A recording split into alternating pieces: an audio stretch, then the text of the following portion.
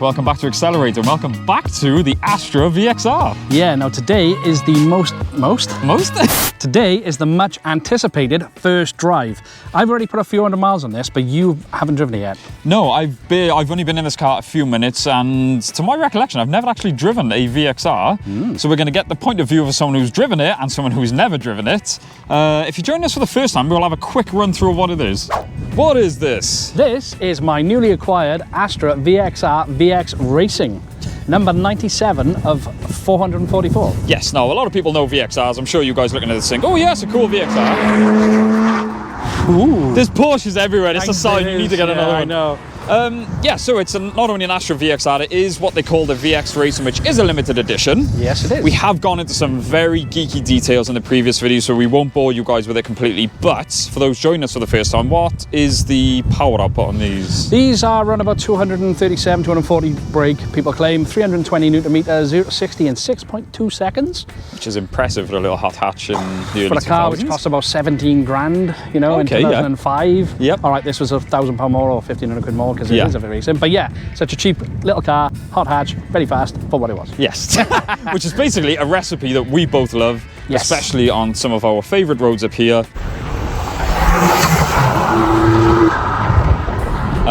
Yeah, you've had some fancy cars of all different setups, so we're so looking forward to getting back into a front-wheel drive turbo. Yes, we love boosted goodness. I am so intrigued to see. Oh yeah, say pop the button. I'm so intrigued to hear, or sorry, feel. But all the internet saying, "Oh, torque steer." I'm really curious to see how you find it, because I just did give it a little squeeze on the way up, didn't I? And, you know, even you were like, "Okay, that's handled a little bit better than you were expecting." Yeah. So under the bonnet, it's pretty standard. Obviously, you usually got the crossover. It's been deleted with a Sprogly Motorsport intake. Yes, you find that funny. Every time you just giggle at it. Yeah, we are going to change this. They do like a vortex thing for it. So anyway, there's a few mods to do. It's got a catch can and some silicone hoses, but apart from that, and the Miltech catback. Oh, that's the most important one, yeah. As you'll see from here. Now, Kenny did say the VXRacing and the Nürburgring editions were optioned with the Remus catback. This one has the Miltech catback, which is the opposite of Asbo.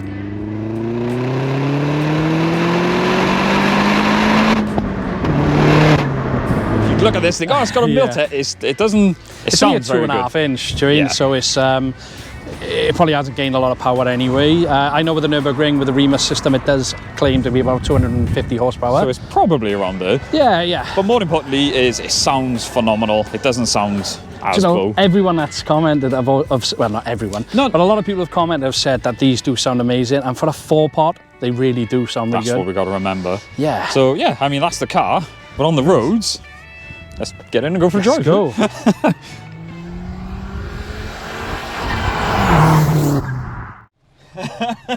Don't ask. Weirdo. Oh, it feels weird. We are back. And I can say we're back in a VXR because, again, for those joining us for the first time, Kenny did used to own a very good example of a VXR. And the thing, Kenny buys and sells cars like they're nothing, but that was one of the very few cars that you didn't want to sell. I didn't. I only sold that to actually fund my house. Yeah. So, I didn't quite get the time I wanted with it, but I did love that car as well. It was a very good example. It wasn't a racing, it wasn't a VXRacing. No. But back to this one, I'm really, really happy with the car. I've done about 300 miles, sorry. Yeah, no, I was going to say, before we get started, can we just say a massive thank you, because the support we've had since we put the launch video out. We understand no matter what car you buy, you're never going to satisfy everyone. We know that. You guys probably know that. Yeah. So, I mean, for all you guys' positive support, we just cannot thank you enough. Like, we get to feel your enthusiasm for the build and the future of the channel. Just through the responses. Yes, you have got the few attention seekers who obviously didn't get it from their parents growing up, who just wanted to start a conflict, which is fine. But yeah, for all you genuine people out there, we are so grateful, and we are getting stuck back into it. Now this is the winter build project, so I know I bought it a little bit premature, but there's a reason. I just wanted something, like I said, with the TT. I lost the love for it. I wasn't using it all the time. This, however, has not been in the garage. No. I've done over 300 miles in this in just over a week. I've used it at every opportunity because it just drives so nice.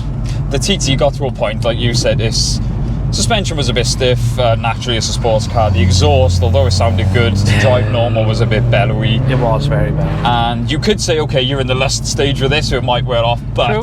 it's still a comfy car. It's got all the flipping features on it, so I can't see you wearing off it. I think you're going to enjoy it. That's what I like about it. Yeah, you're right. It does feel like a normal car to drive when you're driving it. Just literally. We're driving a normal now, and how does it feel? It feels great. It's nice. It's not too loud at the moment. Obviously, we will be changing the exhaust. Yeah, but it will be resonated. The thing I like about this chunky steering wheel makes it feel like you're in something a little bit more sporty. I did comment back to someone because I was like, you know, I didn't like the Renault dash, etc. Now I know this doesn't feel like a Bentley, but I don't know why. I still like the interior on it. Yeah, it is very Vauxhall. Obviously, you've got your scratchier plastic. It's a cheaper car than a Bentley, for example, but the piano black, the carbon trim, it's a nice place. It's not a horrific place. I've been in a lot worse cars. That's what I'm saying. So to me, it's quite nice. I don't know why the TTO has felt a little bit rattly and a bit cramped. And it's not what you'd expect. It's not what I expected from an Audi. And you know, even the dash, this has got a plastic scratchy dash, but they have tried to cover it with the carbon, with the TT, just like they couldn't be bothered. It's like the peak on the dash there. It matches the front end of the car. Yeah, there's a crease it's very all pointy. The way down. Exactly, and just little details like that. So, yeah, I gotta be honest. The gearbox has been rebuilt. People who didn't watch the video properly commented. Yes. It has been rebuilt, so the gearbox does feel absolutely lovely in this car. The clutch also feels nice. And are you going to do stem seals? Because I always go. Oh yeah, guess what? That was also in the video as well, if you watched it all. Yes, that has been done as well.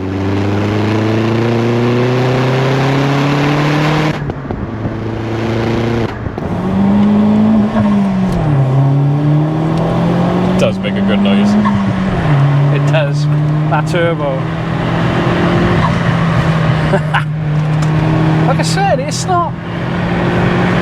Everyone says about the torque steer, they're not as bad as people think, and I'm saying that because you watch Top Gear and Clarkson Let's Go the steering wheel. Yeah. You've never driven one. We don't recommend doing that. No. As much as I love Clarkson, that's not something we'd recommend. No, it's not something you do in the real world anyway. You're only just showing it, you know, at an exaggerated thing. But power-wise, it's got enough get up and go, and it's got the torque to get you up the hill. Like I say, you do get that one wheel spinning. Of course. When you get that, a little bit of weight off the front end.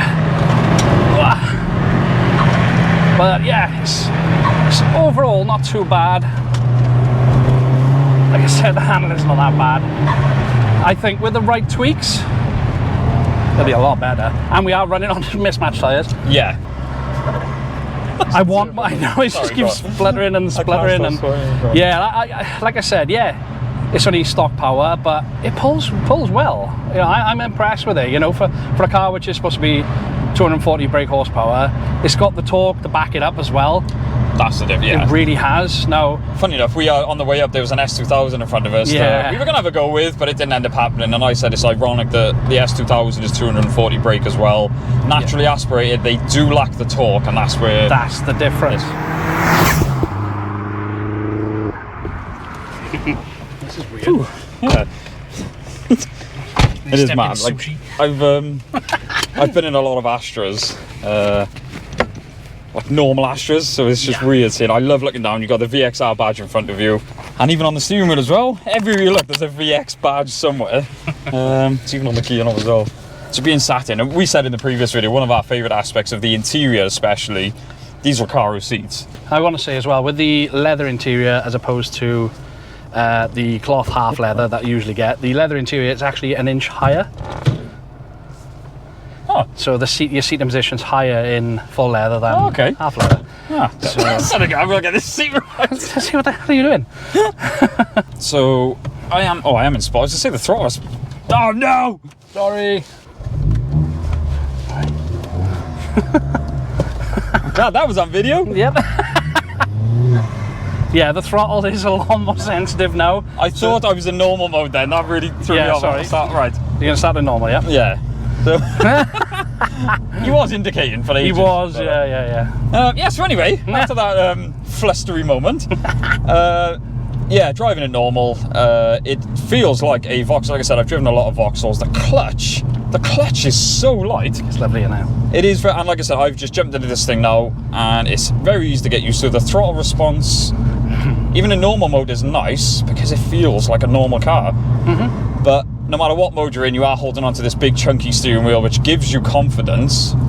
And even the ride on a VXR, this is the sporty hot hatch. It's not, like, these roads are not the best. It's not spine shattering. This is why it's great. The reason it's good for me and Kenny driving the cars, we say it in the features, I daily an old Civic, and my weekend car is a rattly MX-5. So to me, as a daily driver, this would be... Huh? So to you, this is a Bentley. I was going to say it is, yeah. This is what it feels like. See if I can set off again. Christ! In sport mode. Wow. Okay, you can, when you put your foot down, go, that pull in third. Go. You can feel the torque steer trying to take over the fun. But it's not as bad as no, it's not, like for a standard, if that's what they're referring to, the standard, it's not crazy. And I know we've driven some crazy cars, but as a normal car, I mean, it's what I expect from high-powered front wheel drive. Yeah. This is what I mean. When people say, I think they haven't driven them, they've seen what they've seen online. The internet tells you. The internet's exactly. It puts things in your mind. But this, I am very looking forward to. That noise is just... See a bit of wheel spin. It's... Oh, wow! Yes, God, it could feel a lot tighter on the front. Yes. I think that's where the rear anti-roll bar comes into it. Yeah. God, the throttle response in sport mode really does make a difference. God, I miss having power. Soon, my boy, soon. It's pretty much what I expected. Like, I try not to listen to the internet too much. No, it's always a bad idea. So I was expecting a horrendous amount of understeer and torque steer and the front wheels doing whatever the heck they wanted. Yeah. It's a factory early 2000s car with a high torque figure. And noises those, like that. oh my God.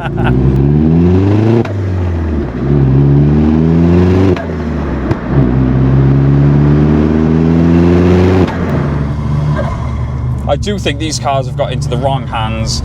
They've been given a very bad rep.